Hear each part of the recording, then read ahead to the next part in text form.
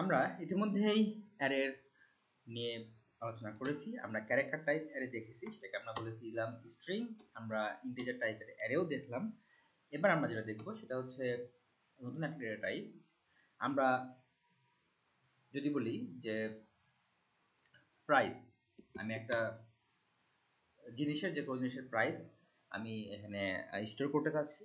Let's say price equal 15.5। এবার আমি print করব print F percent the price is percentage d and then price।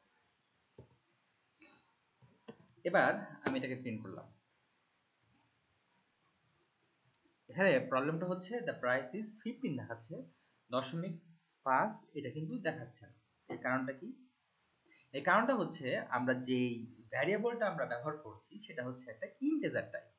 R integer type ভ্যারিয়েবলে শুধুমাত্র পূর্ণ সংখ্যা স্টোর করতে পারবে, ফ্র্যাকশনাল নাম্বার কিন্তু স্টোর করতে পারবে না। যার কারণে 0.5টা এখানে স্টোর করতে পারেনি এবং শুধুমাত্র 15 এটাকেই প্রিন্ট করেছে। তো এই ধরনের প্রবলেম আমরা সলভ যদি করতে চাই তখন আমাদের ডেটা টাইপটা চেঞ্জ করতে হবে। তাহলে সেটা হবে ফ্লোটিং নাম্বার, ফ্লট, FLOAT। এবার যদি আমরা এটাকে সেভ করি এবং আমরা ক্রস করি এবং এটাকে যদি আমরা রান করি, তাহলে আমাকে দেখাচ্ছে দ্য প্রাইস ইজ 0। তাহলে এখানে একটা প্রবলেম আছে। আমরা জানি যে যখন আমরা ক্যারেক্টার প্রিন্ট করব তখন পার্সেন্টেজ সি দিব, যখন আমরা স্ট্রিং প্রিন্ট করব তখন পার্সেন্টেজ এস দিব, যখন আমরা ইন্টিজার তখন আমরা পার্সেন্টেজ ডি দিব। একইভাবে আমরা যদি ফ্লোট, কোনো ভ্যারিয়েবল ফ্লোটিং পয়েন্ট আমরা যদি প্রিন্ট করতে চাই আমাদের ইউজ করতে হবে পার্সেন্টেজ এফ। এগুলো একটু মনে রাখতে হবে। এবার যদি আমরা রান করি তাহলে আমাদের এখানে আউটপুট দেখাচ্ছে 15.5, আর এখানে এক্সট্রা কিছু 0 দেখাবে। অর্থাৎ প্রত্যেকবার আপনাকে দশমিকের পরে 6টা বাই ডিফল্ট এখানে ডিজিট দেখাবে। তো আমরা এখন যদি বলি যে ওকে আমরা এবার একটা অ্যারে ক্রিয়েট করব, সেটা হচ্ছে ফ্লোটিং পয়েন্টের অ্যারে, তাহলে আমরা কিভাবে করতে পারি? আমরা শুধুমাত্র প্রাইসের সাথে একটা থার্ড ব্র্যাকেট ইউজ করতে পারি। আমরা যদি এখানে ভ্যালুটা অ্যাসাইন না করি, আমরা চাইলে সেটাকে পরেও আমরা ভ্যালুটা অ্যাসাইন করতে পারবো। সেক্ষেত্রে আমাদের অবশ্যই অ্যারের ক্ষেত্রে থার্ড ব্র্যাকেট ইউজ করতে হবে এবং আমাদের যে সেকেন্ড ব্র্যাকেট বা কালি ব্রেসেসের ভিতরে আমাদের ভ্যালুটা দিতে হবে। তো এই জায়গাটায় আমরা যদি এখন রান করতে চাই এবং আমরা যদি 0 নম্বর ইন্ডেক্স যেটা আছে, যেহেতু একটাই ভ্যালু, এর যদি আমরা প্রিন্ট করতে চাই তাহলে আমরা একটা ইরর পাবো। অর্থাৎ আমরা যদি কোনো ভ্যালু অ্যাসাইন করে না দেই তাহলে আমাদেরকে এটা ইরর দিবে। তাহলে এটা ফিক্স করার একটা ওয়ে হচ্ছে আপনাকে অবশ্যই এই ভ্যারিয়েবল বা এই যে অ্যারেটা আছে এটার সাইজকে আপনাকে বলে দিতে হবে। আপনি যে কোনো একটা সাইজ বলে দিতে পারেন। পরবর্তীতে আপনি এইখানে প্রাইস, এই যে একটা অ্যারে আছে সেই অ্যারের ভিতরে আপনি ভ্যালুগুলো অ্যাসাইন করতে পারবেন।